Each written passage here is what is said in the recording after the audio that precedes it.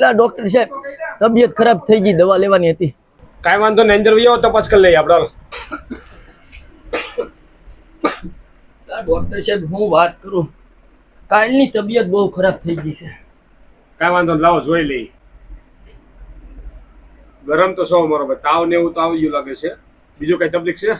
લા ડોક્ટર સાહેબ શરદી એટલી છે અને ઉધરેની તો વાત જ કરોમાં તમે, મને એમ થાય કે આ ગળામાં કાંઈક હલવાઈ ગયું છે. પાણીનો ઘૂંટડો કે થૂકઈ ન ગળાતું. એટલે મારો ભાઈ ઉધરે આમ મોઢું રાખીને ખાવ નહીં, કમાસ લગાડો.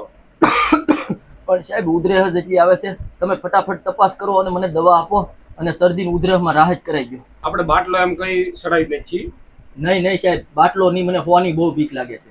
તો એમ કરી ઇન્જેક્શન દઈ દો. નહીં નહીં સાહેબ, ખાલી તમે ટીકડીઓ આપી દો મને એટલે બસ. કાંઈ વાંધો નહીં, હાલો ટીકડીઓ ને બાટલી આપી દઈએ. આ 2 ટાઈમ લઈ લેવાની, આ 2 ટાઈમ લેવાની.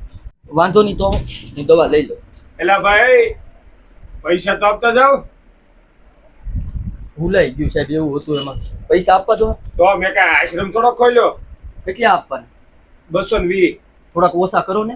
એટલે કાંઈ શાક બકાલા માર્કેટ થોડી છે તો ઓછા થાય. કાંઈ વાંધો નહીં, હાલો આપવા જ પડશે ને, અમારે શું કરવું?